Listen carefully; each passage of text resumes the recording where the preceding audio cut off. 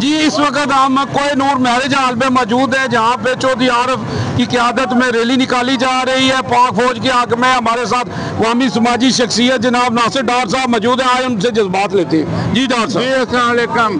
میں مختصر سی بات کروں گا کہ ہمارے تمام لوگوں مسلمانوں کے جذبات اس وقت بہت زیادہ آئی ہیں. تو مودی کو یہ پیغام دینا ہے کہ پوری دنیا کے نقشے پہ مودی ایک ہی ہندوستان ہے, ایک ہندوؤں کا ملک ہے. ہمارے مسلمانوں کے 57 ممالک ہیں. ہم جب تمہیں تباہ کر دیں گے تو دنیا کے نقشے پہ ہندوؤں کے نام کا کوئی ملک نہیں ہوگا انشاءاللہ تعالی, جو کہ ہم تمہیں تباہ کرنے جا رہے ہیں.